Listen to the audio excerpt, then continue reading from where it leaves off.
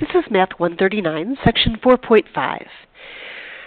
We'll be looking at solving rational inequalities, both using technology and by hand, and then we'll also consider some technology solutions for rational equations.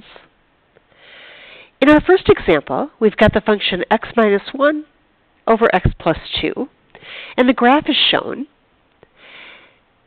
And what we'll want to do is find the solutions to this inequality, where this algebraic fraction is greater than 0. Just by looking at the graph, I can see that everything over here would have positive y values, always greater than 0. Then we've got negative y values for a while, but starting about here again, the y values once again become positive. So just by looking at my graph, I could say that the solution to that inequality would be all of the x values corresponding to this piece. Looks to me like there's a vertical asymptote right here at, what is that, -2? So from negative infinity to -2, all of those x values result in a positive y value, something greater than 0. Notice I did use the parenthesis, not the bracket. Since -2 is a vertical asymptote, there is no y value there. And then again, we have positive y values starting here at x equals 1. And then it looks like that's going to continue forever out to infinity. And again, I'll use parentheses this time because this is just a greater than, not a greater than or equal to. So we definitely have inequalities that can be solved when they have algebraic fractions in them. We can see it graphically pretty easily.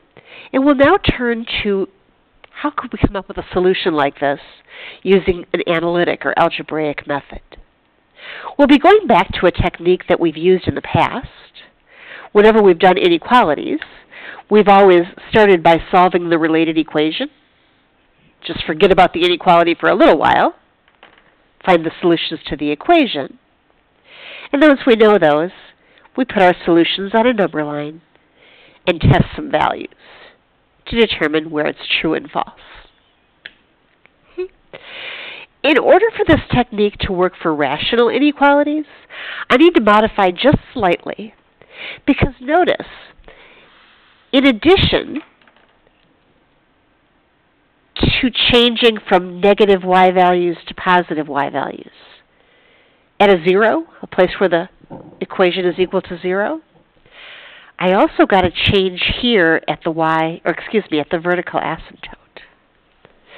Because changes in sign can occur at the vertical asymptote, we're going to have to include all of the vertical asymptotes, or the places where the function is undefined, in our list of things to plot on our number line. So we'll include both solutions to the related equation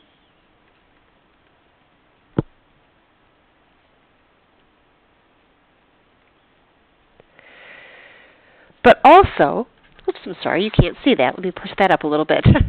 We're going to include solutions to the related equation, but we're also going to include values excluded from the domain.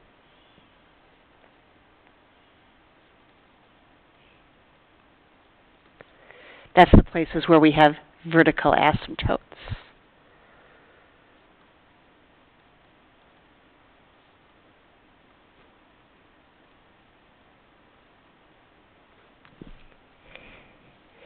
Both of those things will end up getting put on our number line. And will help us determine the intervals for testing. All right, so let's look at a couple of examples.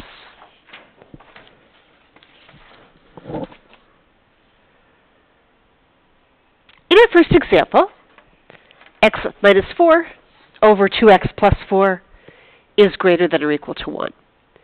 Just so I don't forget, I'm actually going to start right out by looking at the domain, making sure I know what values are excluded, because I have to remember later to put those on my number line. So in terms of the domain, I know the denominator is not allowed to be 0.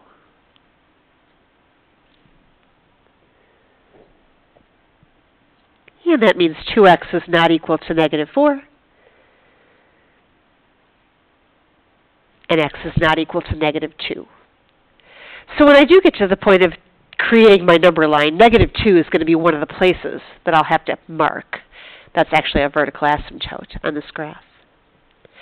All right. That said, let's look next at the related equation.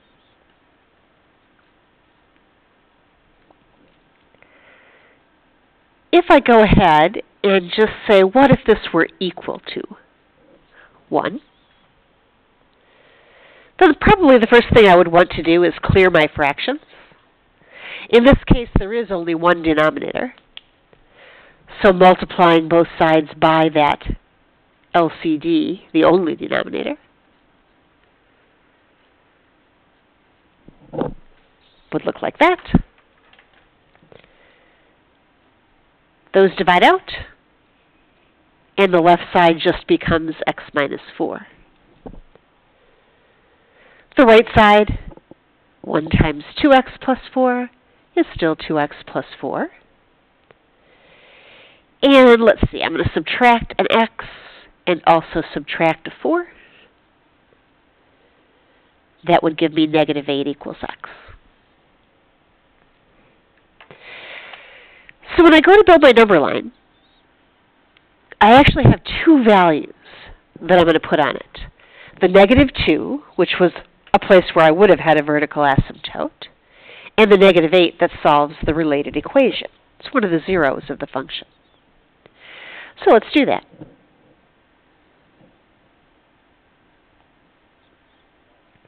-8 and -2. Define my intervals.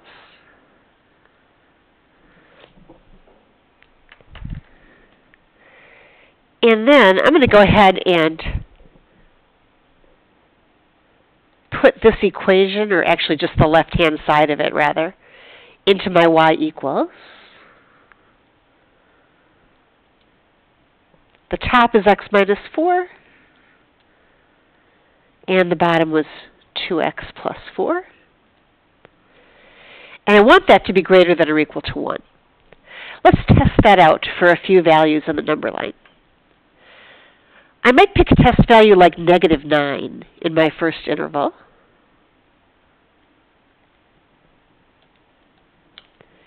If I put in -9, I get about 0.93. And I want that to be greater than or equal to 1. Of course, it's false. That is not greater than or equal to 1. So my first interval is false.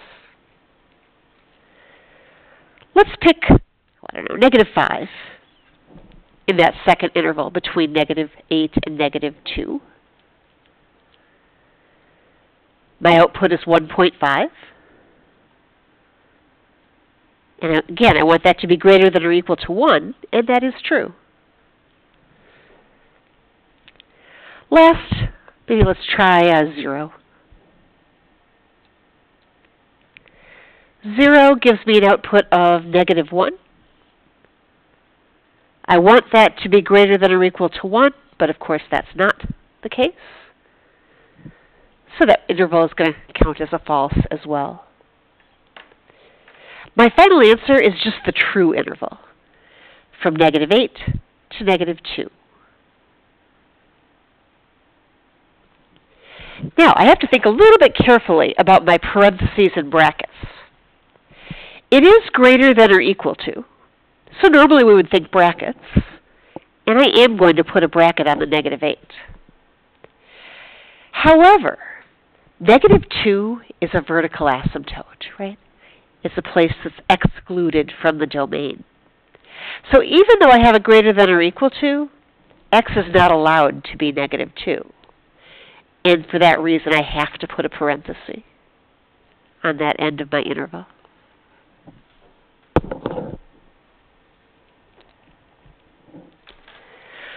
All right, let's try a couple more. In this next one, again, I want to start by just defining the domain. I know that the denominator is not allowed to be 0. So that says x squared is not equal to 4, and x can't be plus or minus 2. So right away, that gives me two values that are going to go on my number line when I start testing. Okay, the related equation.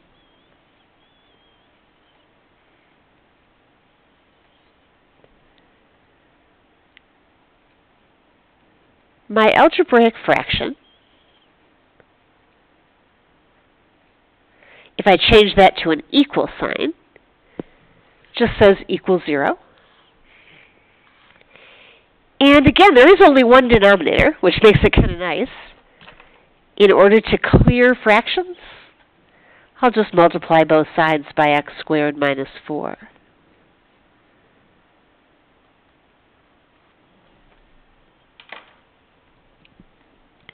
On the left side, I can divide out those x squared minus 4s. And what I have left is x squared plus 10x plus 25.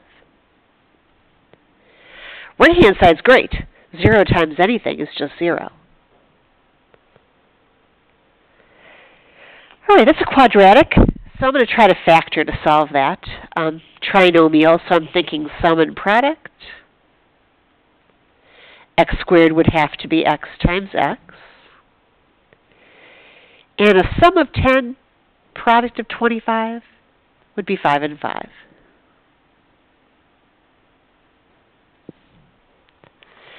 So it looks like I'm just going to have the same root of multiplicity 2 here. X plus 5 would equal 0, and x is negative 5.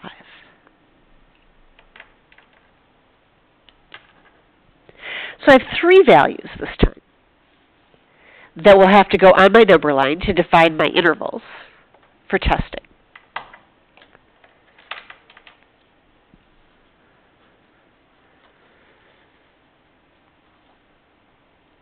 We have a negative 5, a negative 2, and a positive 2.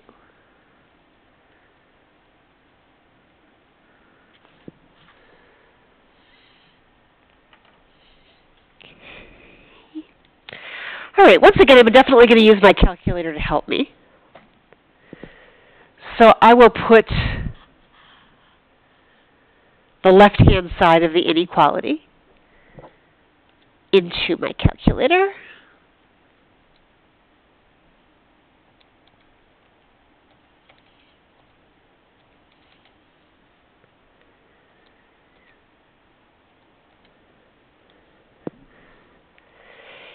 And when I pick my test values, plug them into there, I want this to be greater than 0. So we'll see. I'm going to pick a first test value of maybe negative 6.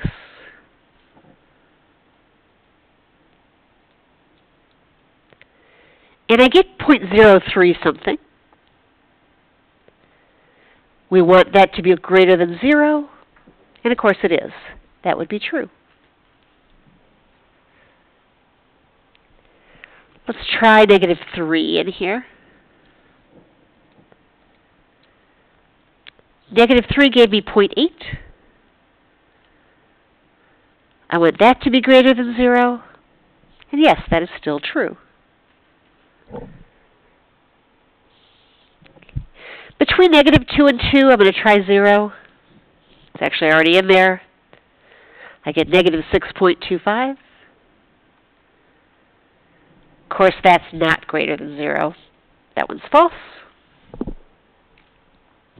And then finally, something bigger than 2. Maybe we'll just try 3.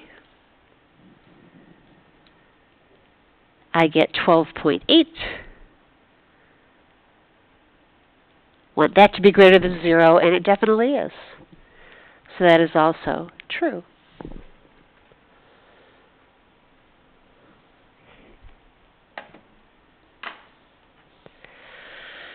All right, in terms of the final answer, I don't really have to worry so much about parentheses and brackets this time because I just have a greater than there. So I'm not going to have any brackets at all. Everything will be parentheses. And my true parts go from negative infinity to negative 5, then negative 5 to negative 2, and then finally from 2 to infinity.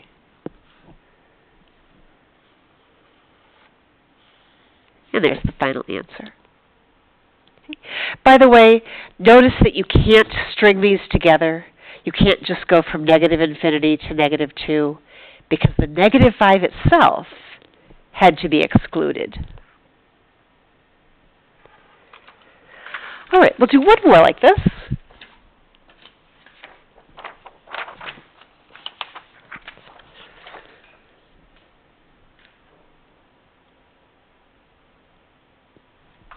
We have an algebraic fraction. We want to know when it's less than 0. And the denominator is x cubed plus 1. So as far as the domain,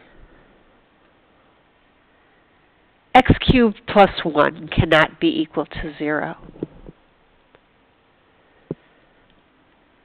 X cubed can't be negative 1.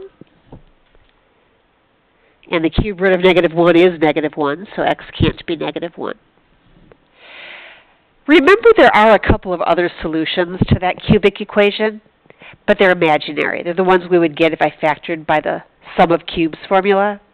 And I'm really only concerned with real numbers right now. So I'm not going to go through that whole thing. I don't really need the imaginary answers. The related equation. I would have 2 minus x cubed times 3x minus 2 over x cubed plus 1. And now we'll say that's equal to 0. Always like seeing that 0 there, because once again, to clear the fractions, all I have to do is multiply by the denominator, x cubed plus 1.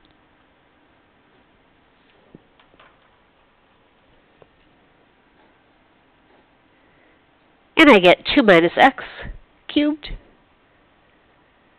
times 3x minus 2 equals 0. This would give me 2 minus x equals 0, so x equals 2.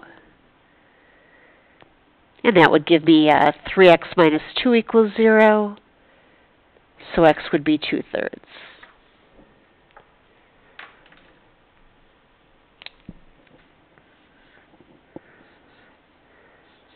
So once again, 3 values to put on our number line for testing.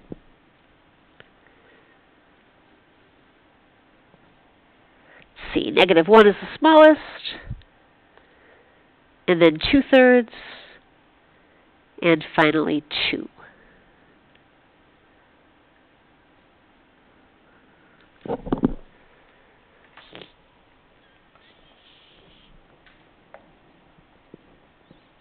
All right, our original left-hand side here, this function,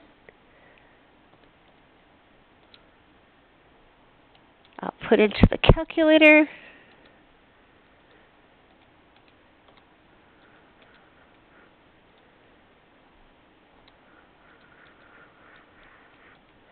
There we go. And our goal is to have that be less than 0. So let's see. If I start with a test value in this first interval, maybe negative 2,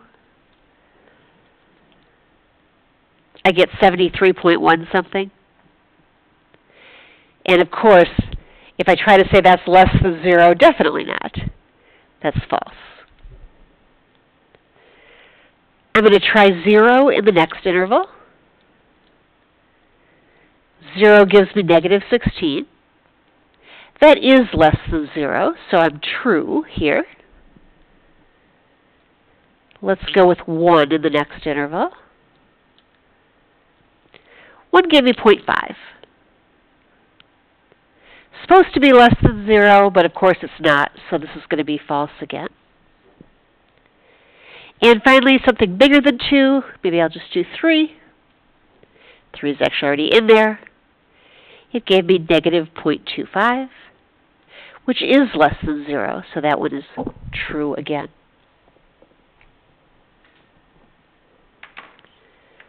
Okay. So the final answer, the parts that are true, would go from negative 1 to 2/3, and then from 2 to infinity.